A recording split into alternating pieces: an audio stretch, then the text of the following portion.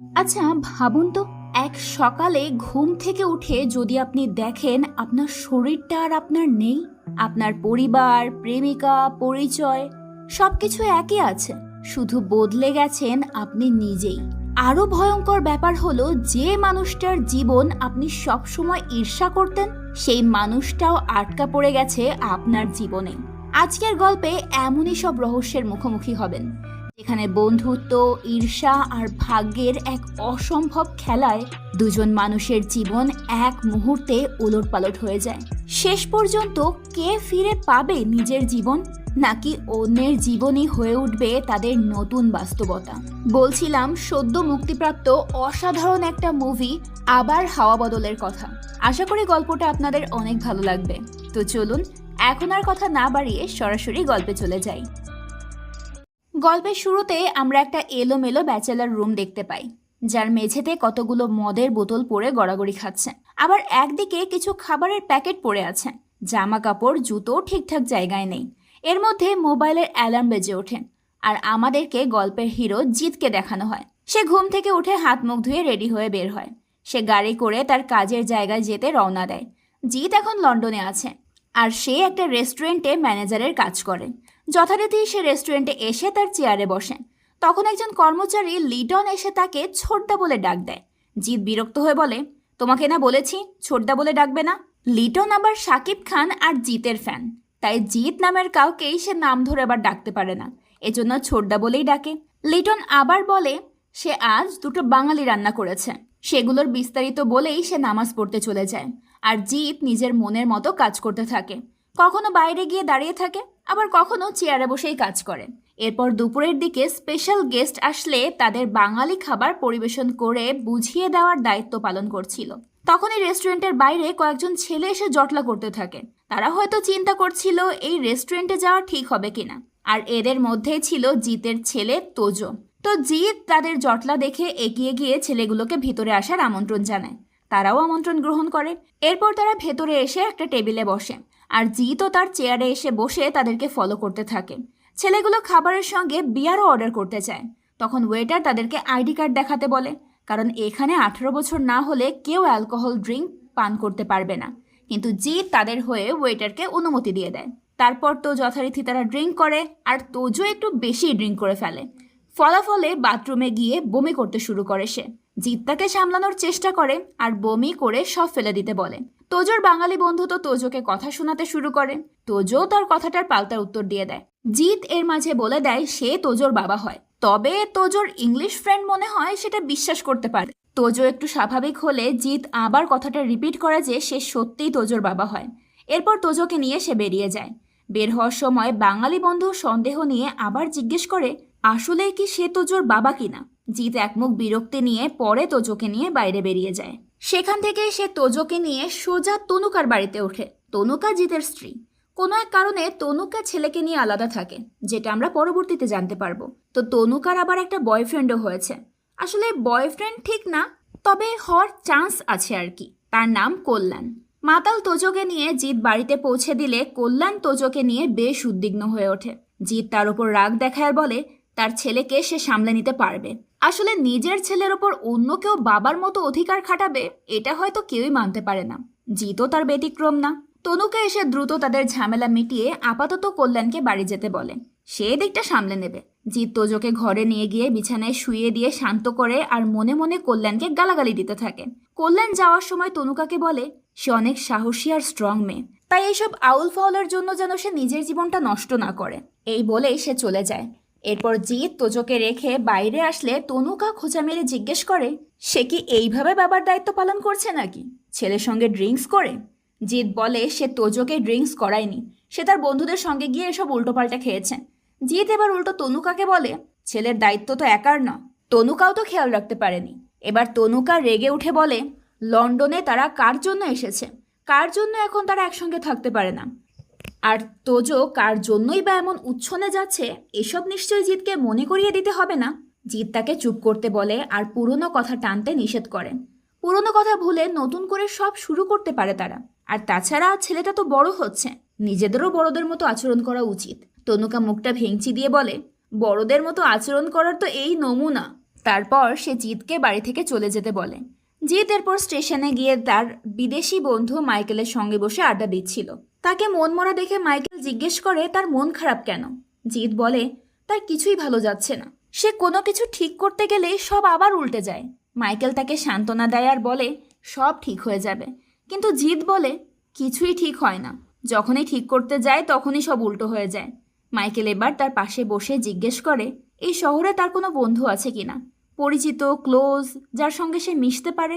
স্ত্রী, ছেলে মেয়ে এসব বাদে মানুষের জীবনে আসলে পরিবারের বাইরেও একটা ক্লোজ ফ্রেন্ড থাকা জরুরি, যার সাথে নিজের সুখ দুঃখ শেয়ার করতে পারে। মাইকেল তেমনই বোঝাতে চেয়েছে আর কি। জিৎ বলে দেশে তার একজন বন্ধু আছে। মাইকেল এবার তাকে এখানে ডাকতে বলে, যাতে কিছুদিন তারা একসঙ্গে রিল্যাক্সে টাইম কাটাতে পারে। মাইকেল জিজ্ঞেস করে তারা ক্লোজ কিনা। জিৎ বলে তারা অনেক ক্লোজ। মাইকেল তখন তাকেই ডাকতে বলে যেহেতু ক্লোজ, কিন্তু জিৎ বলে তাদের আর কথা হয় না। শেষবার যখন কথা হয়েছিল তখন অনেক গ্যাঞ্জাম হয়, যাকে বলে একেবারে কেলোর কীর্তি। এরপর বহু বছর কেটে গেছে। তারপর জিৎ আবার বলে তার বন্ধু এখন বিশাল সেলিব্রিটি গায়ক, রাস্তাঘাটে গান করা স্ট্রিট সিঙ্গার না, রীতিমতো স্বনামধন্য গায়ক, দেশ বিদেশে কনসার্ট করে। মাইকেল এক্সাইটেড হয়ে তার নাম জিজ্ঞেস করে। সে ইন্টারনেটে সার্চ করে দেখবে। জিৎ তখন মুচকি হাসে। পরের দৃশ্যে দেখা যায় জিতের রেস্টুরেন্ট থেকে একটা বড় প্রোগ্রামে খাবারের অর্ডার এসেছে। জিৎ তার টিম নিয়ে সেই কমিউনিটি সেন্টারে আসে। তার কর্মী লিটনকে সব ঠিকঠাক গুছিয়ে দিতে বলেন। ভিতরে কথা বলার জন্য জিৎ এগিয়ে যায়। তখনই তার চোখ পড়ে বড় সেলিব্রিটি গায়ক রাজর্ষির পোস্টারে। আজ সে এখানে আসবে, কাল নাকি এখানে তার কনসার্টের আয়োজন করা হয়েছে। আর কাকতালীয়ভাবে জিতের রেস্টুরেন্টের ওপরেই পড়েছে তাদের খাবারের দায়িত্ব। আর এই রাজর্ষি কিন্তু আর কেউ নয়, জিতের সেই ক্লোজ বন্ধু, যার কথা সে কালকেই মাইকেলকে বলছিল। জিত তো পোস্টার দেখে অবাক হয়ে যায়। সে নিজের চোখকেই বিশ্বাস করতে পারছিল না। কিন্তু একটু পরেই সেখানে গাড়িতে করে অন্য টিম মেম্বাররা এবং মিউজিক্যাল ইনস্ট্রুমেন্ট নিয়ে গাড়িতে হাজির হয় রাজর্ষি। গাড়ি থেকে বের হতেই সব ফ্যান তাকে ঘিরে ধরে, অটোগ্রাফ, ফটোগ্রাফ নিতে চায়। তাদের মধ্যে মেয়ে ফ্যান্সই বেশি। হ্যান্ডসাম সিঙ্গার বলে কথা। জিৎ তো তাকে দেখে দ্রুত ঝোপের আড়ালে লুকিয়ে পড়ে। ফ্রেন্ড এত বড় সেলিব্রিটি, তার সামনে দাঁড়াতে খুব লজ্জা পাচ্ছে হয়তো, এই জন্য হয়তো লুকিয়ে পড়ে। অথবা অন্য কোনো কারণও থাকতে পারে, সেটা হয়তো সামনে গেলেই জানা যাবে। জিৎ এবার তাদেরকে ফলো করে ভেতরেও যায়। দূর থেকে চোরের মতো উকি মেরে দেখতে থাকে তার বন্ধুকে। সাধারণত কেউ সেলিব্রিটি হয়ে গেলে সাধারণ কাউকে বন্ধু বলে পরিচয় দিতে চায় না। হয়তো জিৎ এই ভয়ই পাচ্ছিল। হঠাৎ রাজর্ষি বা রাজের ম্যানেজার জয়ন্তবাবু জিৎকে দেখে ফেলেন। দেখেই চিনে ফেলে আর তার দিকে এগিয়ে আসে। জিৎ তখন দ্রুত পালিয়ে বের হতে যায়, কিন্তু জয়ন্তবাবু তাকে গিয়ে আটকে ফেলে। জিজ্ঞেস করে দূর থেকে উকি মেরেও মনে হচ্ছে চিনতে পারেননি, কিন্তু সে ঠিকই চিনে ফেলেছে। জিৎকে সে আগেও দেখেছিল রাজের সাথে। তো জয়ন্তবাবু জিজ্ঞেস করে জিৎ কি এখন এখানেই থাকে কিনা। জিৎ বলে সে বেশ কিছু বছর ধরে এখানেই আছে। জয়ন্তবাবু ভাবে হয়তো কোনো বড় কিছু করে, কিন্তু তখনই লিটন এসে কাজের ব্যাপারে বলতে থাকে। সেটা শুনে জয়ন্তবাবু বুঝতে পারে এরা খাবারের দায়িত্ব পেয়েছে এখানে। এটা শুনে জয়ন্তবাবু জিৎকে বেশ তাচ্ছিল্য করে, ঘুরিয়ে অপমান করার মতো অনেক কথা বলেন। পরে আবার কথা ঘুরিয়ে জিজ্ঞেস করে এখানে লুকিয়ে লুকিয়ে বন্ধুকে কি দেখছে, কত বড় স্টার সেলিব্রিটি হয়েছে সেটা দেখছে। জিৎ বলে লুকিয়ে দেখার কি আছে, সে চাইলেই কাছে গিয়ে কথা বলতে পারে। কিন্তু জয়ন্তবাবু বলে যাকে তাকে রাজের সঙ্গে দেখা করতে দেওয়া যাবে না। জয়ন্তবাবু এখন রাজের ম্যানেজার, তাই রাজের বিশেষ কেয়ার রাখার দায়িত্ব এখন তারই। জিৎ ভ্রু কুঁচকে তাকে বলে আপনি তার ম্যানেজার, কিন্তু আপনি তো তার বাড়িওয়ালা ছিলেন। জয়ন্তবাবু বেশ গর্ব করে বলে এখন রাজই তার প্রভু। তার মেয়ের বিয়ের ব্যবস্থাও করে দিয়েছে রাজ। এক প্রকার রাস্তা থেকে তুলে এনে একেবারে রাজপ্রাসাদে রেখেছে জয়ন্তবাবুকে। তাই কৃতজ্ঞতা স্বীকার করতে উনিই ম্যানেজার এখন। আর ম্যানেজার হিসেবে ফালতু লোকেদের সঙ্গে দেখা করতে সে দিতে পারে না। জিৎ কিছুটা রেগে গিয়ে জয়ন্তবাবুকে ধাক্কা মেরে রাজের দিকে যায়। ভিড় ঠেলে রাজের কাঁধে হাত দিয়ে ডাক দেয়। রাজ ঘুরে দাঁড়িয়ে অবাক হয়ে সানগ্লাস খুলে হা করে তাকিয়ে থাকে। মুহূর্তেই তার চোখের সামনে ফ্ল্যাশব্যাক হয়ে অতীতের ঘটনাগুলো ভাসতে থাকে। জিৎ পরে ভ্যাবাচেকা খেয়ে ফিরে আসে। রাজ তার পিছু পিছু তাকে আটকায় আর তাকে তার পুরনো নামে ডাকে। জিৎ দাঁড়িয়ে যায় ঠিকই, কিন্তু কোনো উত্তর দেয় না। রাজ অবাক হয়ে জিজ্ঞেস করে তার কি হয়েছে, সে কেন পুরনো নাম ধরে ডাকলো না। জিৎ বলে রাজ তো এখন সেলিব্রিটি, তাকে কি আর অসম্মান করা যায়। জয়ন্তবাবু তো কথার মধ্যে বাহাত ঢুকাচ্ছিল বারবার। রাজ তাকে বারবার ধমক দিয়ে চুপ করতে বলছিল। রাজ জিৎকে জিজ্ঞেস করে লন্ডনে কয়দিন আছে, কি করছেন। জয়ন্তবাবু আবার নাক গলিয়ে বলে সে খাবার সাপ্লাই করে, তাও মালিক না, কর্মচারী। মানে জিতকে অপমান করতে চাচ্ছিল সে। জিতও চুপসে যাচ্ছিল। সে বলে রেস্টুরেন্টে জয়েন করার পর এটাই তার সবচেয়ে বড় প্রজেক্ট, তাই রাজের যদি কিছু রিকোয়ারমেন্ট থাকে জিতকে জানাতে পারে। তবে সেই সমস্ত কিছু উপেক্ষা করে রাজ জিজ্ঞেস করে জিত কাল ফ্রি আছে কিনা, দেখা করবে তাই। জিত অবাক হয়ে বলে সে ফ্রি আছে। জয়ন্তবাবুর মুখটা যেন এবার একেবারে ভোতা হয়ে যায়। রাজ এবার চলে যেতে থাকে। জিত ডেকে জিজ্ঞেস করে ফোন নাম্বার তো নেই। রাজ বলে ব্যবস্থা হয়ে যাবে। জিত সেখান থেকে ফিরে মাইকেলের সঙ্গে দেখা করেন আর রাজের এখানে আসার ব্যাপারটা জানায়। মাইকেলও বলে এতে তো জিতের খুশি হওয়ার কথা, কিন্তু জিত কেন খুশি হতে পারছে না? তার ভেতরের ভয় বা অন্য কিছু কাজ করছে? মাইকেল বলে সে হয়তো হিংসে করছে, আর হিংসেটা খুব বাজে জিনিস। জিতও একমত হয়, জীবন যেমন সত্য হিংসেটাও তেমন সত্য। হয়তো রাজের এই উন্নতি জিতের মনে হিংসার জন্ম দিয়েছে। এরপর সে মাইকেলকে জিজ্ঞেস করে সে কি কখনো অন্যের জীবন যাপন করেছে। মাইকেল মজা করে বলে সে অনেকের জীবনকে যাপন করেছে। জিতও তাল মিলিয়ে বলে যদি কারো জীবনকে যাপন করতে বলা হয় তাহলে সে কাকে বেছে নেবে? মাইকেল তো ক্রিস গেলের কথা বলে। জিত তখন মজা নিয়ে বলে আরে এত উপরে উঠে গেল। কিন্তু কথা হচ্ছে সত্যি কি অন্যের জীবন যাপন করা যায়? এই রহস্যটাও হয়তো সামনেই জানা যাবে। পরের দিন রাজ তার ম্যানেজার জয়ন্তবাবু এবং অ্যাসিস্ট্যান্ট সিঙ্গার কাজল লতাকে নিয়ে জিতের রেস্টুরেন্টে আসে। সবাই তো তাকে অটোগ্রাফের জন্য একেবারে ঘিরে ধরে। জিত তখন বলে পরে সে সবাইকে ব্যবস্থা করে দেবে। লিটনও ছবি তুলতে চায়।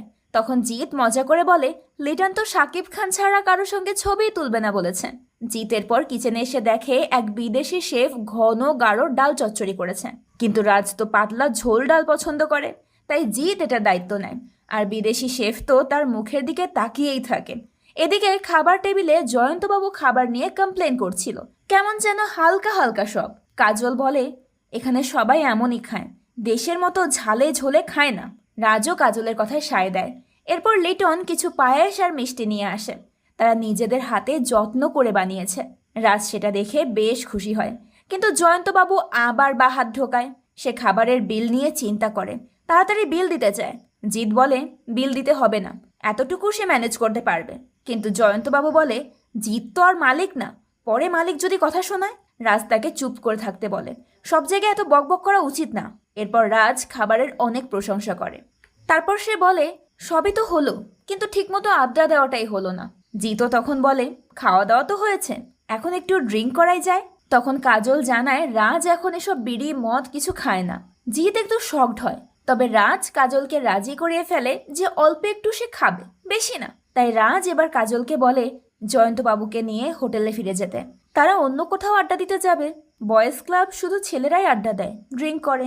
জয়ন্তবাবু বলে বসে আরে সেও তো ছেলে, তাহলে সেও যেতে পারবে। অগত্যা তাকে নিয়েও যেতে হয়।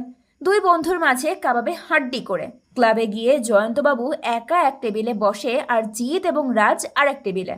রাজ এখানে কাজলের ব্যাপারে বলে বয়স কম কিন্তু অনেক জেদি। অডিশন দিতে এসেছিল যখন তখন গলা শুনে ভালোই লাগে, ক্লাসিক্যাল গান ভালো গায় আর গিটারও ভালো বাজায়, তাই দলে রেখে দেয়। জিৎ তাদের পুরনো একটা টিম মেম্বারের কথা জিজ্ঞেস করে। রাজ বলে সে তো বহুত আগেই চলে গেছে, যোগাযোগ নেই। এখন সে মুম্বাই গিয়ে অভিনয় করে, ভালোই সেলিব্রিটি হয়েছে। এসব পুরনো স্মৃতি মনে করে দুজনেই হাসে। জিৎ এবার জিজ্ঞেস করে এই জয়ন্ত কিভাবে তার ম্যানেজার হলো? রাজ বলে সে আসলে ম্যানেজার না, সিসিটিভি। সব সময় পেছনে লেগে থাকে আর রাজ কোথায় কি করে তার রিপোর্ট কাজলকে দেয়। যদিও তেমন কাজের না, কিন্তু ভালো, তাই রেখে দিয়েছে। কথায় কথায় জিৎ জিজ্ঞেস করে রাজের বাবা মা কেমন আছে। রাজ জানায় তার মা আর নেই, অনেক দিন হলো। এখন তার বাবা একা একা ব্যাচেলর লাইফ কাটায়, এলাকার রাজা হয়ে ঘুরে বেড়ায়। সেই আমেজ, বিন্দাস লাইফ। এর মধ্যে জয়ন্তবাবু বাইরে যায় আর রাজকে কড়া করে বলে বেশি মদ যেন সে না খায়। পরে রাজ জিতের মায়ের কথা জিজ্ঞেস করে। জিতও জানায় তার মাও নেই, অনেক কিছুই এর মধ্যে নেই হয়ে গেছে। রাজ তার মনে জমা কথাগুলো জানতে চায়। জিত বলে আস্তে আস্তে রাত বাড়ুক, সব বলবে। রাজ এরপর তনুকার কথা জিজ্ঞেস করে, একবার নাকি কোষে থাপ্পড় দিয়েছিল। এখনো রাজের মনে পড়লে শরীর কেঁপে ওঠে। জিত বলে এখন আর আগের মতো রাগারাগি চেঁচামেচি করে না, কথাও তেমন বলে না, বায়নাও নেই। রাজ তো মদের গ্লাস নিয়ে বসেই ছিল। সে মদ খাচ্ছিল না দেখে জিত একটু তাড়া দেয়। পরে জিজ্ঞেস করে সত্যি কি সে মদ সিগারেট এসব ছেড়ে দিয়েছে কিনা। জিত বলে একেবারে ছেড়ে দেয়নি, তবে কম খায়। আর সব সময় খাওয়ার সুযোগটাও তো পাওয়া যায় না, আর বিভিন্ন জায়গায় রিস্কও থাকে। অন্যদিকে জয়ন্তবাবু বাইরে এসে একটা সিগারেট ধরায়। তখনই এক বিদেশি মেয়ে এসে তার কাছে একটা সিগারেট চায়। সেও সিগারেটের লাইটার দেয় আর মনে মনে একরাশ আনন্দ পায়, কারণ বিদেশি মেয়েকে সে দেশি লাইটারের স্বাদ দিতে পেরেছে। আলাদাই একটা ভাবসাব। মেয়েটা একটু ক্লোজ হতে গেলে আবার জয়ন্তবাবু তাকে দূরত্ব বজায় রাখতে বলেন, উল্টোপাল্টা যাতে না হয়। ক্লাবের ভেতরে রাজ আর জিতের আড্ডা চলতে থাকে। রাজ বলে, আরো অনেক কথা আছে, কথার ফ্লোতে সব বেরোবে। জিৎ মজা করে বলে, তার ফ্লো এসে গেছে, তার মানে বাথরুমে যেতে হবে তাকে। রাজও বলে সেও যাবে। দুজনে বাথরুমে যায়, ছোট বাথরুম করতে। এখানে এসে রাজ দেখে বাথরুমের মাঝে ডিভাইডার নেই, যে যার মতো এসে প্যান্ট খুলে বাথরুম করে চলে যাচ্ছে। রাজ বলে, এ তো খোলামেলা, সবাই সবারটা দেখে ফেলবে। জিৎ বলে, আরে এখানে এরকমই সব। দুজনেই দূরত্ব নিয়ে দাঁড়িয়ে বাথরুম করছিল, কিন্তু হঠাৎ জিৎ রাজের কাছে এগিয়ে যায় আর একই বাথরুমে বাথরুম করতে শুরু করে। রাজ একটু নেশার ঘরে ছিল বলে টের পায়নি। অন্যদিকে জয়ন্তবাবু এসে তাদেরকে টেবিলে না পেয়ে আস্তে আস্তে বাথরুমে চলে যায়। এখানে এসে দুজনকে একই টয়লেটে বাথরুম করতে দেখে তার তো পুরো মাথায় হাত ওঠার মতো অবস্থা। তবে সে কিছু বলার আগেই রাজ ঘুরে তাকাতেই টের পেয়ে যায় জিৎ কি করছিল। এবার নেশা অনেকটা কেটে যাওয়ায় রাজ তো রেগে গিয়ে জিৎকে জিজ্ঞেস করে, এসবের মানে কি? এসব করতেই কি এখানে এনেছে? জিৎ তো কাচুমাচু হয়ে অপরাধীর মতো দাঁড়িয়েছিল। এদিকে রাজ তো রেগে আগুন। এটা সে আশা করেনি। দ্রুত সে ক্লাব থেকে বেরিয়ে যায়। জিৎ পিছু পিছু যায়, তাকে আটকানোর চেষ্টা করে। রাজ রেগে জয়ন্তবাবুকে গাড়ি বের করতে বলে। জয়ন্তবাবু সুযোগ পেয়ে একটু ছিছি করে নেয়। জিৎ এবার রাজকে বোঝাতে চেষ্টা করে যে তারা তো আগেও একবার করেছে, এখন প্রবলেম কোথায়। রাজ বলে, তখন দুজনেই চেয়েছিলাম তাই হয়েছে, কিন্তু এখন আমি এসব চাই না। জিৎ বলে, আরেকবার চাইলে কি ক্ষতি? নাকি এখন সে সেলিব্রিটি হয়ে গেছে বলে কাউকে পাত্তা দেয় না? জিৎ তাকে মনে করিয়ে দেয় আগে কিন্তু সে বড়লোক ছিল আর রাজ রাস্তায় ঘুরে বেড়াতো। রাজ আরো রেগে গিয়ে বলে, এখন জিৎ নতুন করে কি আলাদা করতে পারবে? এখন তো আগের মতো গানও গাইতে পারে না। আর রাজের কাছেও জিতের সিম্পল লাইফ একদম ভালো লাগে না, তাই সে রাজি না। এখানে তারা কি নিয়ে কথা বলছে সেটা আপাতত ঘোলাটে। এই যে একসঙ্গে বাথরুম করতে যাওয়া, হয়তো এর মধ্যেও কোনো রহস্য আছে। তো জিৎ এবার দূরে গিয়ে দাঁড়িয়েছিল। রাজ শান্ত হয়ে কাছে গিয়ে জিজ্ঞেস করে, আসলে জিতের সমস্যাটা কোথায়? জিৎ এবার বলতে শুরু করে আর আমরা অতীতের ফ্ল্যাশব্যাক দেখি। তনুকার বাবা বিজনেস বড় করার জন্য এবং আরও লাভ করে বড়লোক হওয়ার স্বপ্ন নিয়ে পরিবারের সঙ্গে লন্ডনে পাড়ি জমায়। যখন আসে তখন তাদের মধ্যে অনেক ভালোবাসা ছিল। তাদের ছেলেকেও ভালো ইংলিশ স্কুলে পড়িয়ে মানুষ করার স্বপ্ন ছিল। কিন্তু এর মধ্যে জিতের ওপর লোভ ভর করে। সে একজনের সাথে জড়িয়ে পড়ে অবৈধ ব্যবসায়, ইলিগাল পাসপোর্ট ভিসার কাজ কারবার, যেটা ধরা পড়লে এদেশে জেল জরিমানা পর্যন্ত হয়ে যায়। জিৎ লোকটাকে বারবার সতর্ক করে, জিজ্ঞেস করে। জিতের মনে ভয় কাজ করে, কিন্তু লোকটা এমনভাবে তাকে ম্যানিপুলেট করে আর বিশাল লোভ দেখায় যে জিৎ লোভে পড়ে ইলিগাল কাজের সঙ্গে জড়িয়ে পড়ে। আর এই সূত্র ধরে একদিন লন্ডন পুলিশ তাকে বাড়ি থেকে গ্রেফতার করে নিয়ে যায়। তনুকা সেদিন সব জেনে অবাক হয়ে যায়। থানায় লেডি অফিসার জিৎকে পরবর্তী শাস্তির ব্যাপারে বিস্তারিত বলে যে সে যে কাজ করছে তা ইলিগাল, এখানে তার জেল জরিমানা হবে আর তার পাসপোর্টও বাজেয়াপ্ত করা হবে। সে দেশ ছেড়ে কোথাও যেতে পারবে না। পরে আর এক অফিসার বলে তাকে জামিন তো দেওয়া হবে, কিন্তু তার পাসপোর্টটা জমা রাখা হবে। 1000 পাউন্ড জরিমানা দিয়ে তবেই সে তার পাসপোর্ট নিয়ে নিতে পারবে। এখন ভবিষ্যতে যদি এমন না হয়, তাই তার এখন উচিত সৎ পথে কঠোর পরিশ্রম করে অর্থ আয় করা। দেশ তাকে সুযোগ দিচ্ছে ভালো হওয়ার, তার উচিত এটা কাজে লাগানো।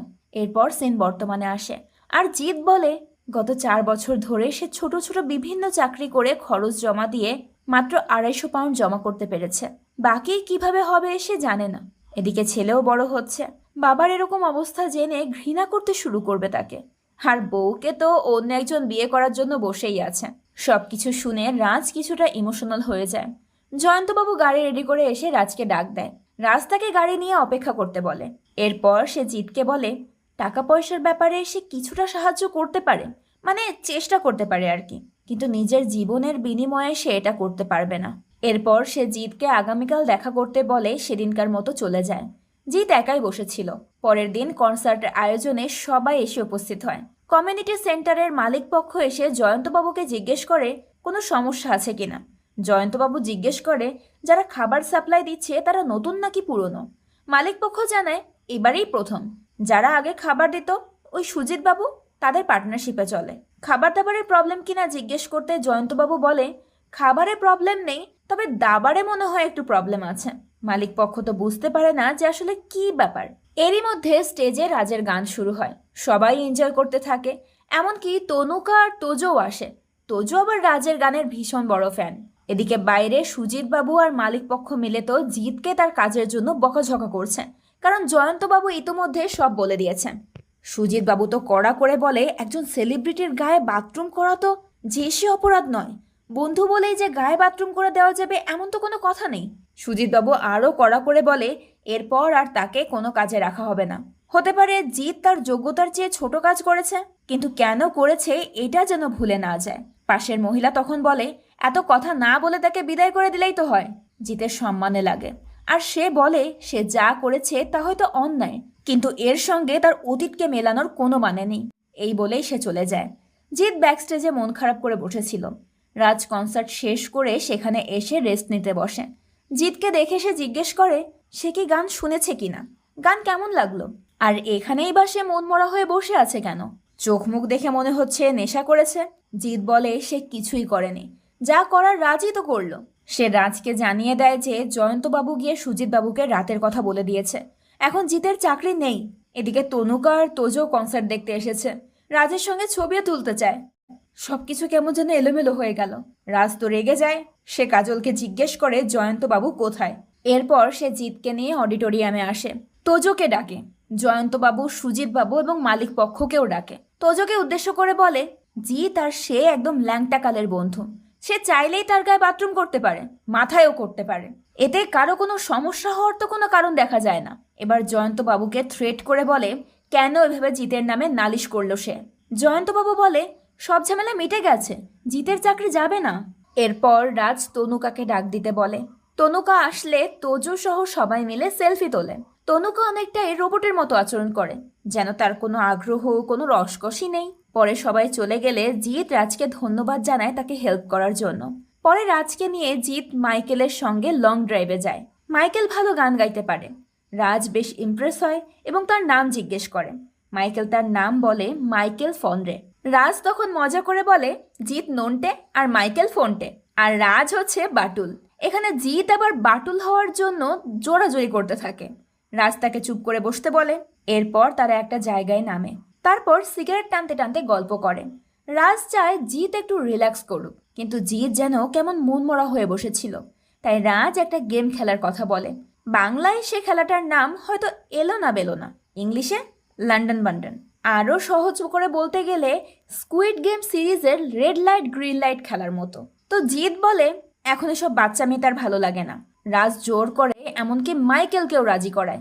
জিৎ অনিচ্ছা সত্ত্বেও তখন মাইকেলকে বুঝিয়ে দেয় যে খেলাটা কিভাবে খেলতে হবে, কারণ রাজ আবার ভালো ইংলিশ পারে না। এরপর তারা খেলা শুরু করে, কিন্তু মাইকেল হয়তো তেমন বুঝতে পারেনি, তাই সে হেঁটে যেতে থাকে আর বলে এসব বোরিং খেলা সে খেলে না। তাই রাজ জিৎকে রিকোয়েস্ট করে খেলার জন্য। তারা খেলতে থাকে, কিন্তু শেষ পর্যন্ত জিৎ হেরে যায়। রাজ বেশ মজা পাচ্ছিল, কিন্তু জিৎ কেমন যেন বিমর্ষ মনে দাঁড়িয়ে আছে। এটা দেখে রাজ তার দিকে এগিয়ে যায়। জিৎ তখন বলে সে সব দিক থেকেই কেমন যেন হেরে গেছে। রাজ অনেক দূরে চলে গেছে, তাকে আর ছোঁয়ার সাধ্য নেই জিতের। অনেক আশা আর স্বপ্ন নিয়ে এই দেশে এসেছিল সে। একটা ভুলের জন্য সব শেষ হয়ে গেল। মাত্র একটা ভুল তার জীবনটা একদম উলটপালট করে দিল, আর সে হেরে গেল। সে চেষ্টা করেছিল, কিন্তু কোনো কিছুই ঠিক করতে পারলো না। জিৎ তো ইমোশনাল হয়ে কান্না করতে থাকে। আর এরই মধ্যে হঠাৎ বৃষ্টি শুরু হয়। মাইকেল দ্রুত গিয়ে গাড়িতে উঠে বসে, আর রাজ তখন জিৎকে জড়িয়ে ধরে সান্ত্বনা দিতে থাকে। সেও ইমোশনাল হয়ে গেছে। মাইকেল বলে ফ্রেন্ড তো এইসব কারণেই দরকার জীবনে। এখান থেকে সিন শিফট হয়, আর আমরা দেখি সকালে ঘুম থেকে ওঠার সময় কাজল রোম্যান্টিকভাবে রাজের গায়ের ওপর উঠছে। ঘুম ভেঙে চমকে উঠে রাজ যেন লাফ দিয়ে পড়ে। এমন ভাব যেন কাজলকে সে চেনেই না। কাজল যত কাছে আসে রাজ তত দূরে যায়। এরপর দ্রুত গিয়ে চশমা বের করে আয়নায় দেখে। তার কাছে সবকিছু খুব অবিশ্বাস্য মনে হয়। সে মোবাইলের ক্যামেরা বের করে সেলফি ক্যামেরায় নিজের চেহারা দেখে, তাও যেন সে নিজেকে বিশ্বাস করতে পারছে না। অন্যদিকে জিতও ঘুম থেকে উঠে অদ্ভুত আচরণ শুরু করে।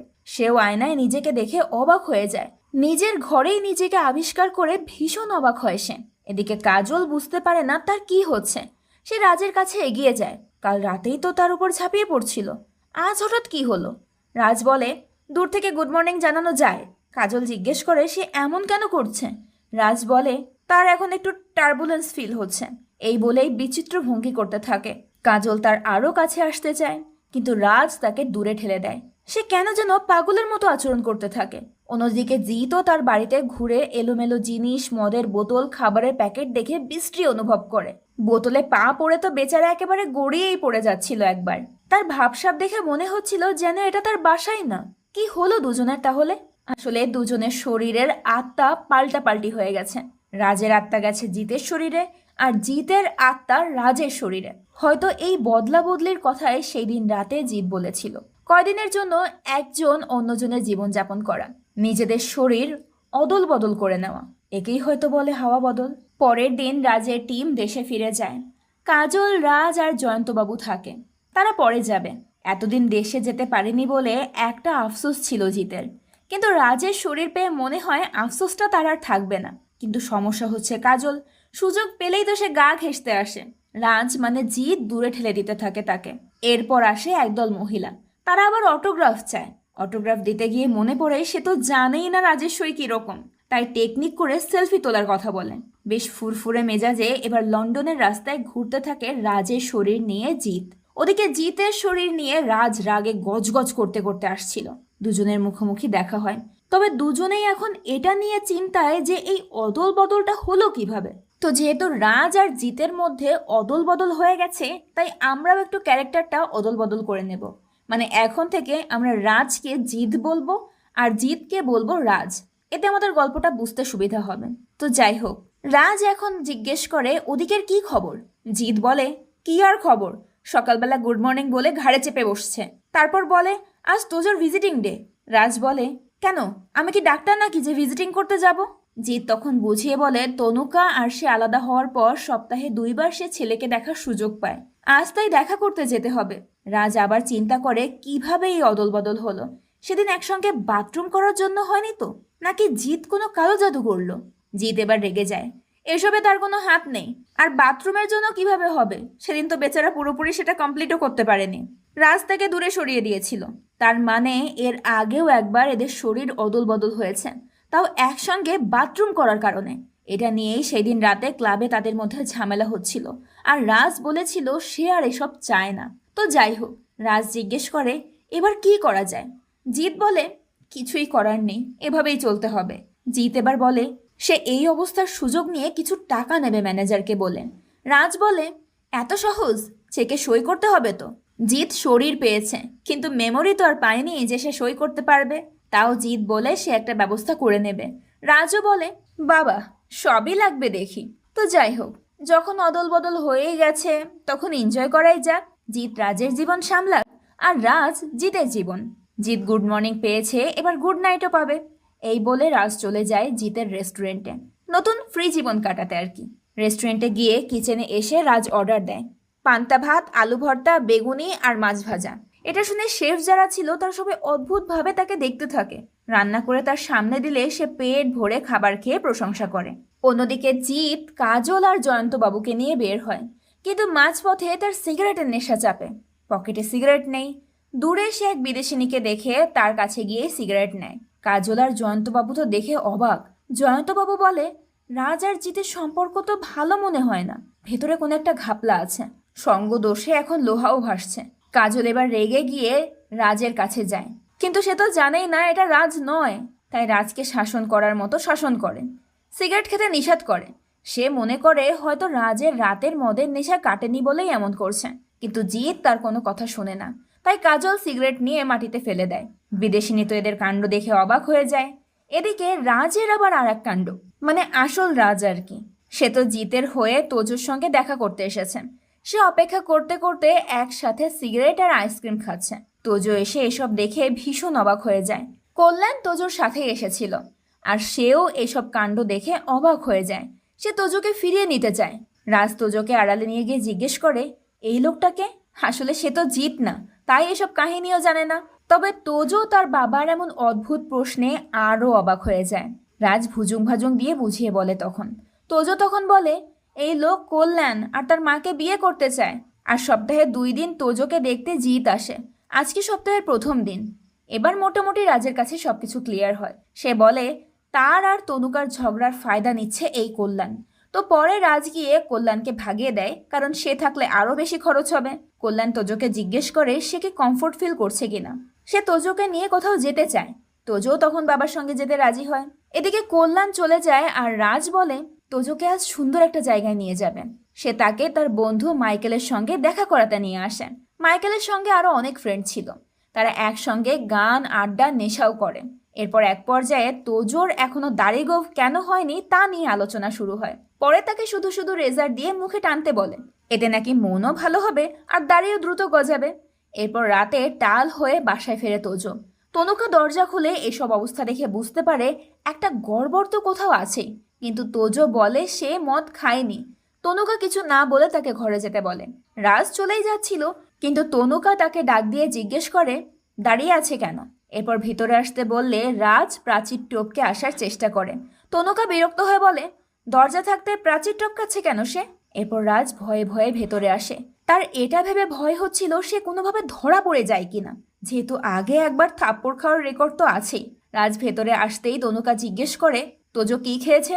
রাজ বলে সে মদ খায়নি। তনুকা এবার তাকে জিজ্ঞেস করে সে কি দিয়ে নেশা করেছে। রাজ চুপ করে থাকে, বিষয়টা এড়িয়ে যাওয়ার চেষ্টা করে। কিন্তু তনুকা বলে সে গাঁজার গন্ধ ভালো করেই টের পাচ্ছে, মানে রাজ যে গাঁজা খেয়েছে তা ধরা পড়েই যায়। তনুকা এবার একটা মদের বোতল বের করে গ্লাসে ঢেলে খাওয়া শুরু করে। এরপর বলে এসব দেখে অবাক হওয়ার কিছু নেই। তারও ইচ্ছে করে অনেক মদ খেয়ে নাচ গান পার্টি করতে, কিন্তু সে পারে না, করে না। আর এটা সে তার ছেলের জন্য করে। তার ছেলে এমনি বাবার কাজের জন্য অপমান বোধ করে, এখন মায়ের জন্য যেন অপমান বোধ না করে, দূরত্ব বেড়ে না যায়। এই জন্য এসব করতে পারে না তনুকা। তনুকা চাইলেই কল্যাণের সঙ্গে নিউ ইয়র্কে চলে যেতে পারত। কল্যাণ সব মেনেও নিয়েছিল, কিন্তু তনুকা যায়নি। সে জিতকে একটা সুযোগ দিতে চেয়েছিল, নতুন করে সবকিছু শুরু করতে চেয়েছিল। কিন্তু দিন দিন মনে হয় জিত আরো বাজে হয়ে যাচ্ছে। তনুকা বলে এখানে আর জিত থাকতে পারবে না, যদি থাকতেই হয় তো একবারে আসতে হবে। কিন্তু সেই পথ খোলা নেই জিতের। তনুকার এসব কথা হয়তো জিতের শোনার কথা ছিল, কিন্তু সব শুনছে তো রাজ। হয়তো এতে জিতের আঘাতটা কম লাগবে মনে। এদিকে রাজও বুঝতে পারবে তার বন্ধুর জীবন নিয়ে কেন এত বিতৃষ্ণা। তনুকা এবার তাকে চলে যেতে বলে উপরে নিজের রুমে চলে যায়। সেখানে গিয়ে সে লুকিয়ে কান্না করতে থাকে। রাজও ইমোশনাল হয়ে অসহায়ভাবে বাড়ি থেকে বের হয়ে যায়। কী বা করার আছে তার এখানে। পরের দিন জিৎ, কাজল আর জয়ন্তবাবু ডাক্তারের কাছে আসে। আর এখানে বিদেশি ডাক্তারের সাথে কথা বলে জিৎ জানতে পারে যে রাজের শরীরে ক্যান্সার আছে, আর সেটা ট্রিটমেন্ট চলছিল। গতবার ডক্টর বলেছিল 4-5 বছর বাঁচতে পারবে, কিন্তু এবার মনে হয় আর 2 বছর মতোই আয়ু আছে। এসব শুনে জিৎ হাসবে নাকি কাঁদবে কিছুই বুঝতে পারছিল না। মিশ্র প্রতিক্রিয়া হচ্ছিল তার মধ্যে। কোথায় সে সুখ স্বাচ্ছন্দ্যের জীবন আশা করেছিল, কিন্তু তার আয়ু মাত্র 2 বছর। তবে ডক্টর জানায় একটা থেরাপি আছে যেটা দিলে 10 বছর পর্যন্ত সে বাঁচতে পারবে, কিন্তু সেটাও বেশ রিস্কি, যে শরীর সেটা নিতে পারবে কিনা। জিৎ একেবারেই ভেঙে পড়ে। কাজল তো আরও ভেঙে পড়ে। রাজ এদিকে জিৎকে কল দিচ্ছিল, কিন্তু জিৎ তখন চেক আপে ব্যস্ত ছিল। পরে দেখা যায় রাজ রেস্টুরেন্টের বাইরে দাঁড়িয়ে আনন্দে সিগারেট টানছে আর বিদেশি শেফের সঙ্গে আড্ডা দিচ্ছে।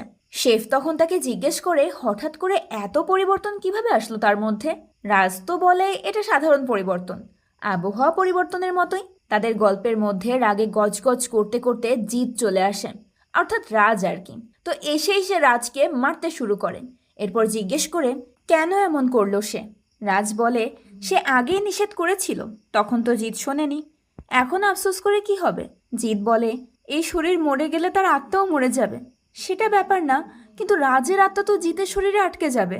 তার গানের ক্যারিয়ার, কাজল কিছুই তো আর থাকবে না, সব হারিয়ে যাবে। কিন্তু রাজ বলে বেঁচে তো থাকবো, অকালে তো মরে যেতে হবে না। এরপর সেই বিদেশি শেফকে জিজ্ঞেস করে জীবনের সবচেয়ে মূল্যবান কি। সেও বলে অক্সিজেন, বেঁচে থাকা। তাই রাজ বলে বেঁচে থাকাই সব, কার শরীরে আছি সেটা বড় কথা না। আর নিয়তি যদি এভাবে বাঁচিয়ে রাখে তাহলে আর কি করা। জিৎ তাকে টেনে নিয়ে যায় আবার অদল বদল করতে, কিন্তু রাজ বলে কিভাবে করবে, তারা তো জানেও না কিভাবে তাদের শরীর অদল বদল হয়েছে। আগেরবার যেমন একসাথে বাথরুম করতে গিয়ে হয়েছে, এবার তো তা হয়নি। তাই এখন এভাবে থাকতেই হবে। রাজ তো অনেক লম্বা জীবন পাবে, এটা বলেই সে খুশিতে ছিল। রাতে খাবার টেবিলে মাংস নিয়ে জয়ন্তবাবু আর কাজলের কথা কাটাকাটি চলে। কিসের না কিসের মাংস জয়ন্তবাবু খেতে পারবে না। কাজল তাকে আশ্বাস দেয় যে এটা ভেড়ার মাংস। এরই মধ্যে জিৎ প্লেটে চিংড়ি নিতে যায়। কাজল তাকে আটকে বলে তার তো অ্যালার্জি আছে। জিৎ অবাক হয়, রাজের এই সমস্যাও আছে। এখন দেখি খাওয়া দাওয়াও প্রবলেম, শরীর অদল বদল করতেই হবে। সে ভাবতে থাকে আর কিভাবে সেটা হতে পারে। তখনই তাদের লং ড্রাইভে গিয়ে একই সিগারেট দুজন টানার দৃশ্য মনে পড়ে। জিৎ ভাবে এভাবেই হয়তো এবার হয়েছে, তাই জিৎ দ্রুত বেরিয়ে যায়। বেরিয়ে ফোন করে রাজকে ফোন থেকে উসমান ভাই নামের একজনের নাম্বার আছে সেটা দিতে বলে। নাম্বার পেয়েছে কিনা সেটা জানা যায় না, তবে জিৎ একটা ট্যাক্সি নিয়ে বেরিয়ে পড়ে। এর পেছনে আবার কাজল আর জয়ন্তবাবুও যায়। কাজল জিজ্ঞেস করে এত রাতে কোথায় যেতে পারে। জয়ন্তবাবু বলে শিল্পী মানুষ কত জায়গায় যেতে পারে। তারাও গাড়ি নিয়ে ফলো করতে থাকে। জিৎ আসে ওসমান ভাইয়ের গ্যারেজে। এখন সে তো ওসমান ভাইকে চেনে, কিন্তু এই শরীরে তো ওসমান ভাই তাকে চিনবে না। তাই সে বলে জিতের থেকে সে ঠিকানাটা পেয়েছে। এরপর সে বলে একটা বাসার তালা ভাঙতে হবে। ওসমান ভাই বলে এসব তো তার কাছে পানির মতো সহজ কাজ। এবার দুজন মিলে জিতের বাসাতেই যায়, মানে আসল জিতের বাসা যেখানে জিত থাকে। কিন্তু এখন তো জিতের শরীরে রাজ ছিল, তো জিত এসে তালা ভেঙে ভেতরে যায়। এসে দেখে রাজ ঘুমাচ্ছে। মনে মনে বলে আমার শান্তি নষ্ট করে এখন ঘুম। ওসমান ভাই বলে যার থেকে ঠিকানা পেলেন তার বাসাতেই কেন চুরি করতে আসলেন। জিৎ তাকে চুপ থাকতে বলে। রাজ তো হাঁ করে ঘুমোচ্ছে। এটা দেখে জিৎ রেগে যায়। তার শরীর নিয়ে এরকম আচরণ তার একদম পছন্দ না। তো যাই হোক, জিৎ সিগারেট ধরায় আর সেটা টেনে আবার ঘুমন্ত রাজের মুখে দেয় টানতে। কাজ হয় না, তাই নিজেই একবার ধোয়া মুখে নিয়ে সেটা রাজের হাঁ করা মুখের মধ্যে এগিয়ে দেয়। দূর থেকে সেটা দেখে যদিও বা অন্য কিছু মনে হচ্ছিল, তবে তার মধ্যেই কাজল আর জয়ন্তবাবুও সেখানে চলে আসে। যখন মুখের কাছে ধোয়া ছাড়তেই যাবে তখনই সবাই সেখানে ঢুকে পড়ে। আর এই দৃশ্য দেখে লজ্জায় ওসমান ভাই সেখান থেকে বেরিয়ে আসে। বাকি দুজন তো একেবারে শকড। জিৎ তাদের বোঝানোর আগেই তারা বেরিয়ে যায়। এখন জিৎ তো এতে ব্যস্ত ছিল যে এই ধোঁয়ায় তাদের শরীর আবার অদল বদল করবে। কিন্তু রাজ তাকে থাপ্পড় মেরে বলে এসব করে আর কি হবে জানি না, কিন্তু আমার চরিত্র নষ্ট হবে। জয়ন্তবাবু তো বাইরে কাজলকে বোঝাতে চেষ্টা করে হয়তো অন্য কিছু ছিল, শিল্পী মানুষ বলে কথা। কাজল রেগে বলে আপনার শিল্পী মানুষের সঙ্গে আপনি থাকুন। পরে জয়ন্তবাবু কাজলের পিছু পিছু যায়। এদিকে জিৎ বলে কিছুই হলো না, এখন কি করে কাজ হবে। রাজ বলে ঘরের তালা ভেঙেছে, যাওয়ার সময় যেন তার টাকাটা দিয়ে যায়। জিৎ এরপর বাড়িতে তো ফিরে আসে, কিন্তু কাজল অনেক রেগেছিল। জিৎ তাকে বোঝানোর চেষ্টা করেন, কিন্তু কাজল বলেই দেয় একটা মেয়ের সঙ্গে এভাবে দেখলেও একই রিয়াকশন দেখাতো, তাই তার আপাতত কোনো ক্ষমা নেই। এভাবে মুখের ওপর দরজা বন্ধ করে দেয় সে। জয়ন্তবাবু এদিকে বলে তার রুমে ঘুমাতেই পারে, কিন্তু সে তো বয়স্ক মানুষ, রাতে আবার উল্টোপাল্টা না করে তার উপর। জিৎ রেগে তখন ঘুমোতে চলে যায়, কিন্তু বিছানায় শুয়ে তার ঘুম আসে না। একটু আগের ঘটনাগুলো সে মনে করতে থাকে। আর জয়ন্তবাবু এদিকে টেনশনে ঘুমোতেই পারে না, যদি আবার তাকে আক্রমণ করে বসে। পরের দিন সকালে কাজল উঠে মেডিসিন শপে যায়। সেখানে রাজ তাকে দেখে আর তার সঙ্গে কথা বলার জন্য এগিয়ে যায়, কিন্তু কালকের ঘটনার কারণে তো কাজল দুজনের উপরেই রেগেছিল। তাও রাজ তাকে বুঝিয়ে একসঙ্গে কথা বলার সময় চায়। কাজল রাজি হয়। সে বলে দুজনের সম্পর্ক নিয়ে আগে প্রশ্ন ছিল না, কিন্তু এখন মনে হয় তাদের কথা বন্ধ হয়েছিল এই কারণেই। এখন আবার পুরনো প্রেম জেগে উঠেছে। কিন্তু রাজ বলে তারা কেউই সমকামী না, অন্য একটা কারণে তারা মজা করার জন্য এই কাজটা করে ফেলে। এরকম ভুংজুং বোঝানোর চেষ্টা করে আর কি। কোনোভাবে কাজলের মন গলাতে না পেরে রাজ এবার নিজের প্রশংসা শুরু করে। যেহেতু কাজলের সামনে এখন জিত, তাই নিজের প্রশংসা করলে মনে হবে বন্ধুর প্রশংসা করছে। তো রাজ বলে সে কাজলকে অনেক ভালোবাসে, অনেক ভালো ভালো কথা বলে। কাজল কি পছন্দ করে না করে, কোথায় ঘুরতে যেতে চায়, কি খেতে চায়, এই সব কিছু বলতে থাকে। কাজল ভাবে রাজ এসব কথা তার বন্ধুর সঙ্গে আলাপ করেছে, তার মানে রাজের মনে তার প্রতি ফিলিংস আছে। তাই কাজলের মন এবার নরম হয়। সে বাড়িতে গিয়ে জিতকে মেডিসিন দেয়। জিত একটু অবাক হয় আর পরে বুঝতে পারে যে রাজ হয়তো কোনো কলকাঠি নেড়ে সম্পর্কটা ভালো করেছে। অন্যদিকে রাজ আসে তোজোকে নিয়ে ঘুরতে বের হতে। তারপর মনের সুখে গাড়ি চালিয়ে হর্ন দিয়ে রাস্তায় চলতে থাকে। তোজো তার বাবার পরিবর্তন দেখে অবাক হয়। তোজো একা গান শুনছিল বলে রাজ জোরে জোরে গান ছাড়তে বলে। তোজো তাই করে, তার নিজের কণ্ঠে গাওয়া বাংলা গান। রাজ অবাক হয়, লন্ডনে বসেও ছেলে বাংলা গান করছে। তার বাবা মা নিশ্চিত ভালো করেই মানুষ করেছেন। দুজনে অনেক হাসি খুশি গল্প করেন। এমনকি বাড়িতে গিয়েও বাপ ছেলে হিসেবে অনেক এনজয় করে, নাচ গান করে। যদিও যখন তনুকা চলে আসে তখন দুজনেই চুপসে যায়। তবে তনুকা কিছু না বলে চলে গেলেও দুজনকে একসঙ্গে আনন্দ করতে দেখে তার ভালো লাগে। সে আড়ালে গিয়ে হাসে। জিতও এদিকে রাজের হয়ে কাজলের শখগুলো পূরণ করে। ঘুরতে নিয়ে যায়, সেলফি তোলে, খাওয়া দাওয়া আড্ডা তো আছেই। এরপর জিৎ, রাজ আর কাজল মিউজিয়ামে যায়। মিউজিয়ামে কাজল অনেক এনজয় করে আর জিৎ রাজের নিজের দায়িত্বগুলো ভালোভাবেই পালন করে, যাতে ধরা না পড়ে। পরের দৃশ্যে আমরা তোজোর স্কুলের ফুটবল ম্যাচ দেখতে পাই। কল্যাণ আর তনুকা প্রতিবারের মতোই তাকে চিয়ার করতে এসেছে। তারা বিভিন্ন বিষয়ে কথা বলে, তোজোকে আমেরিকা নেওয়ার কথাও বলে, সেখানে ফুটবল খেলবে। এর মধ্যে রাজ আর জিতও আসে। রাজ আসে বাবার দায়িত্ব পালন করতে, আর জিৎ আসে দেখার জন্য যে রাজ উল্টোপাল্টা কিছু না করে। সেই সাথে কল্যাণকে ভাগানোর প্ল্যানও করতে। তনুকা বলে 3 বছরের মধ্যে এই প্রথম আসলো সে। রাজ তো জিৎকে ঠেলা দিয়ে বলে, এভাবে সংসার টেকে না।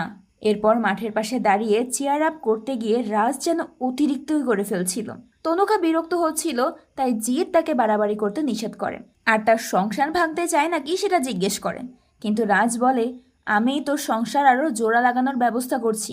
এর মধ্যে খেলতে খেলতে গোল দেয় তোজো, কিন্তু পরেই সে আঘাত পেয়ে মাটিতে পড়ে যায়। জিৎ ছুটে যাচ্ছিল, কিন্তু রাজ আটকে বলে, এখন আমি ওর বাবা, তুই শান্ত থাক। পরে তনুকা আর রাজ ছুটে যায় আর ধরে নিয়ে আসে তোজোকে। বাবা মাকে একসাথে পেয়ে সে অনেক খুশি হয়। এদিকে জিৎ তো কল্যাণকে অন্যদিকে উস্কে দেওয়ার চেষ্টা করছিল, নানা কথা শোনায় যাতে কল্যাণ বিরক্ত হয়। অনেক কথা অবশ্য সে বুঝতেও পারে না। তো এরপর সে নিজের ছেলের কাছে যায়। তারপর আস্তে আস্তে তনুকা তোজোর সঙ্গে সম্পর্ক ভালো করতে থাকে রাজ জিতের হয়ে। এখন আর সে নেশা করতে নিয়ে যায় না তোজোকে, সন্ধ্যার আগেই বাড়ি ফিরিয়ে দেয়। তনুকাও বেশ খুশি এই পরিবর্তনে। এদিকে জিতও কাজলকে নিয়ে বাজারে যায় দেখে রাজও খুশি, কারণ সে কখনো এভাবে তাকে নিয়ে মার্কেট করেনি। কাজলের খুশি দেখে তাই সেও খুশি হয়। পরে রাজ আর জিৎ আলাদা কথা বলে, সব খোঁজ খবর নেয়। তোজোর অনেক প্রতিভা, ভালো পড়াশোনা, খেলাধুলা, গান। বিশ্বাস হয় না যে সে জিতের ছেলে। তবে তোজো তার বাবাকে খুব ভালোবাসে। জিৎ বলে কাজলও রাজকে ভালোবাসে। এর মাঝে রাজ তনুকাকে নিয়েও কথা বলে। জিৎ কটমট করে তাকালে রাজ বলে, আরে আমি খারাপ নজর দিচ্ছি না, তোর ভাঙা সম্পর্কটা জোড়া লাগানোর চেষ্টা করছি মাত্র। জিৎ বলে, সুতো কেটে গেলে কি আর ভালো কিছু হয়? রাজ তাকে সান্ত্বনা দেয়। এরপর জিৎ আবার ডক্টরের কাছে যায়। এবার তার সেই থেরাপি নিতেই হবে। ডাক্তার এই জন্য তার একটা ফর্ম ফিল আপ করতে বলে। তারা রাজি হয় থেরাপি নিতে। পরের দিন তোজো ভাঙা পা নিয়ে স্কুলে যাওয়ার জন্য বের হয়। তার মা তাকে নিষেধ করে আর রেস্ট নিতে বলে। তোজো বলে তার মাকে বোঝা কঠিন। তার বাবাও একই কথাই বলে। তখন তনুকা ছেলেকে এত বাবা বাবা করতে নিষেধ করে। এত আহ্লাদ কিসের? তোজো বলে তার বাবা তো অনেক চেষ্টা করছে, এখন হয়তো তাকে সুযোগ দেওয়া যায়। তনুকা তখন কথাটা এড়িয়ে যায়। তোজো ঝামেলা এড়াতে দ্রুত সেখান থেকে বেরিয়ে যায়। এরপর তোজোর জন্মদিন পার্টি আসে। সেখানে সবাই আসে, সাথে জিতকে তো আসতেই হবে, নাহলে রাজ তো তার 12টা বাজাতে পারে। একটাই সমস্যা, নিজের বউ ছেলেকে সে কাছে পাচ্ছে না। রাজি সবসময় তনুকার সাথে থাকছে, তোজোও দূরে থাকছে। তো জিত এরপর একটা গিটার গিফট করে তোজোকে, কিন্তু এটার নাম তো রাজেরই হবে। তোজো গিফট পেয়ে ভীষণ খুশি হয়। এরপর কেক কাটা হয়। তোজো বাবা মাকে মুখে তুলে কেক খাইয়ে দেয়। আসল বাবা ফাঁকে পড়ে গেল এখানে। তবে যাই হোক, রাজ আর জিৎ পরে আলাদা কথা বলছিল। জিৎ সে থেরাপির কথা তাকে জানায়। রাজ বলে, এত তাড়াতাড়ি চলে আসলো ডেট? তারপর তারা নিজেদের সুখ দুঃখের আলাপ করে। তাদের এই বদলে যাওয়ার সাথে খাপ খাইয়ে নেওয়ার গল্প করতে থাকে। আসলেই জিনিসটা ডিফিকাল্ট, তবে দুজন দুজনকে সান্ত্বনা দেয়। এরই মধ্যে সেখানে তোজো আসে।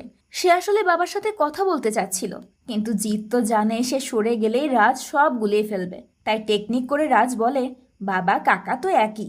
তোজো তার দাদুর রাখা ইন্স্যুরেন্সের ব্যাপারে কথা বলে। এখন সে 18 বছরের হয়েছে, তাই লিগ্যাল নমিনি সে হতে পারে। জিৎ জিজ্ঞেস করে তার মা কি বলেছে। তোজো জানায় তার মাও রাজি আছে।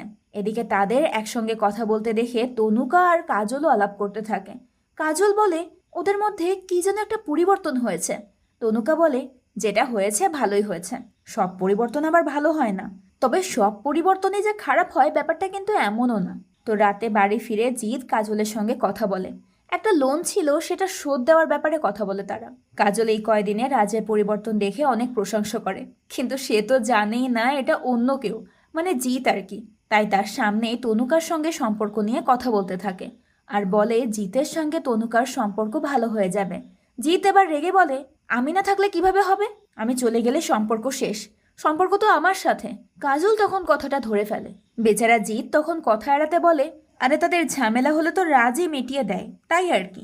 সেই কারণেই সে বলেছে যে তার কারণে জিতের সম্পর্কটা টিকে আছে। সে না থাকলে তো সম্পর্কটা ভালো থাকবে না। এরপর জিৎ কাজলকে পাশে বসিয়ে রাজের হয়ে বলে, এই থেরাপির পর যদি সে মারা যায় তাহলে যেন কাজল জিতের কাছে চলে যায়, কারণ সে না থাকলে তনুকার সঙ্গে জিতের সম্পর্ক ভালো থাকবে না, আর কাজল একা না থেকে জিতের সঙ্গে বিয়ে শাদী করতেও পারে। কাজল তো রেগে গালাগাল করতে শুরু করে, আর রাগ করাটাও তো স্বাভাবিক, নিজের প্রেমিকাকে কে অন্যের সঙ্গে লাইন করতে বলে বাবা। আর যদি সে মরেও যায় কাজলের দরকার পড়লে সে বিধবা থাকবে, আর যদি কাউকে লাগে তাহলে সে নিজেই খুঁজে নেবে। কিন্তু এখন কাজল চায় রাজ সুস্থ হোক, তাকে বিয়ে করুক, জিৎ তনুকার মতো তাদেরও একটা সুন্দর সংসার হোক। জিৎ এবার আসলেই ট্র্যাপে পড়ে গেছে, না পারছে সত্যটা বলতে, আর না পারছে বেচারা সহ্য করতে। পরের দিন রাজ আর জিৎ মিলে যায় থানায়, কারণ টাকা জমা দিয়ে আজ জিতের পাসপোর্টটা ছাড়াতে হবে। টাকার ব্যবস্থা রাজ করে দিয়েছে, আর যেহেতু সই করা এবং অন্যান্য ব্যাপার আছে তাই দুজনকেই যেতে হবে, কারণ শরীর একজনের হতে পারে কিন্তু আত্মা তো আর একজনের। পুলিশের সামনে কথা বলার সময় জিৎ সব কথা বলে দেখে পুলিশ অফিসার জিজ্ঞেস করে সে কেন বলছে।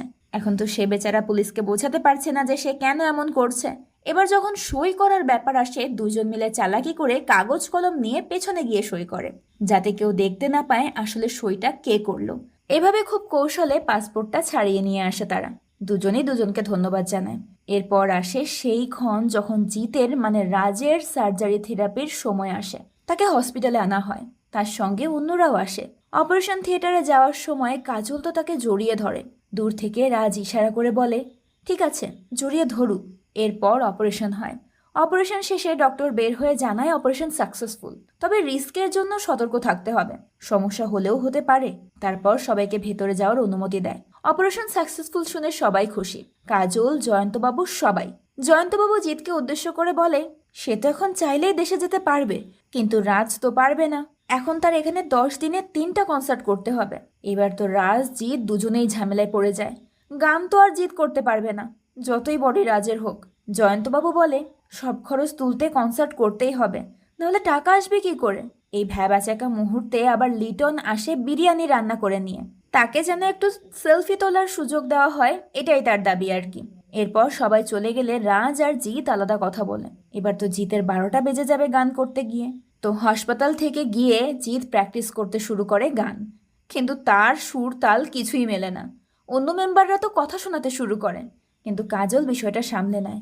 এত বড় অপারেশনের পরে তো এরকম হতেই পারে, মানুষটা দুর্বল, এই জন্যই হয়তো পারছে না। কাজল একা তাকে মোটিভেট করে, তাকে সাহস যোগায়।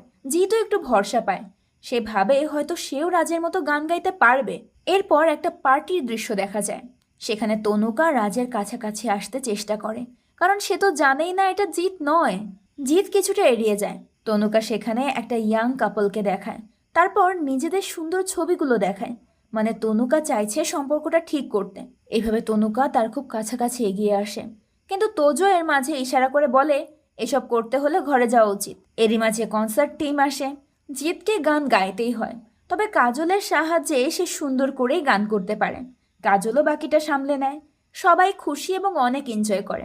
তবে একটা বিষয়, সুখ কিন্তু সবসময় স্থায়ী হয় না। হঠাৎ জিত অজ্ঞান হয়ে পড়েন, সবাই দ্রুত হসপিটালে নিয়ে যায় তাকে। অক্সিজেন মাস্ক লাগানো হয়, এবার হয়তো আর তাকে বাঁচানো যাবে না। সবাই বিষয়টা নিয়ে চিন্তিত। ডক্টর জানিয়ে দেয় তারা যেন যে কোনো কিছুর জন্য প্রস্তুত থাকে। সবাই বলতে গেলে ভেঙেই পড়ে। রাজ এবার প্রথমে ভেতরে যায়। নার্স বের হয়ে গেলে সে জিতকে ডাক দেয়। জিত আস্তে আস্তে সজাগ হয়, অক্সিজেন মাস্ক খুলে বলে, এবার মনে হয় না সে আর বেঁচে ফিরতে পারবে। রাজ তাকে ভরসা দেয়। জিত হাঁপাতে থাকে আর বলে, এবার আর কোনো কাজ হবে না। সে মারা গেলে তনুকা আর তোজোকে যেন রাজ দেখে রাখে। রাজ হাল ছাড়বে না, সে এবার সব ট্রাই করবে। তাই আবার সে আবার শুরু করে একসাথে বাথরুম করা দিয়ে। যদি আবার শরীর অদল বদল করা যায়, অনেক কষ্টে শরীর তুলে তারা একসাথে বাথরুম করে। এরপর অনেক সময় দুইজন বেডে শুয়েই ছিল। রাজের ঘুম আসছে না, সে শুধু এদিক ওদিক করে। কাজল এদিকে হসপিটালের প্রেয়ার রুমে গিয়ে প্রার্থনা করে। আরও অনেকেই ছিল। এদিকে জিৎ আর রাজ অনেকক্ষণ অপেক্ষা করতে থাকে, কিন্তু কিছুই হয় না। তাদের শরীর আর আগের মতো হয় না। জিৎ বেচারা তখন আশা ছেড়ে দেয়। রাজ এবার তাদের কেবিনের দরজা বন্ধ করে আর একসঙ্গে স্মোকিং করে একই সিগারেট।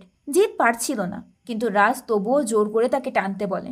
অনেকক্ষণ সিগারেট টানার পরেও কোনো কাজ হয় না, উল্টো ফায়ার অ্যালার্ম বেজে ওঠে। ডক্টর নার্স এসে দরজা ধাক্কায়, কিন্তু এদিকে কিছুতেই কাজ না হতে রাজ একটা শেষ চান্স নেয়। এবার জিতকে নিয়ে সে বাইরে চলে যায়, একদম রাস্তায়। এই সময় হসপিটালের সবাই তাদের পিছু নেয়। তখন মাইকেল সবাইকে আটকে রাখে। জিৎ আর রাজ বাইরে এসে আবার সেই লন্ডন লন্ডন গেম খেলে। আর এভাবেই জিৎ রাজকে ছুঁতে পারলে হয়তো আবারও সে ঠিক হতে পারবে, কিন্তু জিতের শরীর আর পারে না। তাও কোনো মতে শেষে দুজন দুজনকে জড়িয়ে ধরে এবং আবার সেই দিনের মতো বজ্র বৃষ্টিপাত হয়। আর আবারও তারা দুজন সেদিনকের মতো ভিজে যায়। আর সেই সাথে তারা দুজন জ্ঞানও হারায়। পরে তাদের দুজনেরই যখন জ্ঞান ফেরে তখন তারা নিজেদেরকে হসপিটালের কেবিনে পায়। নার্স ডক্টরকে ডাকতে যায়। দুজন তো তাদের আগের শরীর ফিরে পেয়ে অনেক খুশি। তো এরপর ডক্টর এসে বলে রাজ এখন সম্পূর্ণ সুস্থ। এটা শুনে রাজ এবং জিৎ দুজনেই খুশি হয়ে নাচতে শুরু করে, তাও আবার ডক্টর আর নার্সকে সাথে নিয়ে। এরপর সুস্থ হয়ে সবাই বাড়ি ফিরে আসে। রাজের দেশে ফেরার সময় চলে এসেছে। সবাই মিলে পাহাড়ের দিকে ঘুরতে আসে। এখন তাদের দুজনের পরিবারেরই সবকিছু ঠিক হয়ে গেছে। কাজল তো রাজকে বলে, যে কাণ্ড দেখালো তারা, তাতে তো ভয় পাওয়ারই মতো। এদিকে জিৎ আর তনুকারও মিল হয়ে যায়। এবারে বিদায়ের সময় আসে। কাজল সবাইকে ধন্যবাদ জানায়। জিৎ তাদেরকে সাবধানে যেতে বলে। দুই দল বিদায় নিয়ে নিজেদের পথে চলে যায়। আর এত ঝড়ঝাপটার পর এই গল্পটাও এখানেই শেষ হয়। তো এই দারুণ উদ্ভট গল্পটা আপনাদের কাছে কেমন লাগলো সেটা কিন্তু অবশ্যই কমেন্ট করে জানাবেন। দেখা হবে পরের ভিডিওতে। আজকের মতো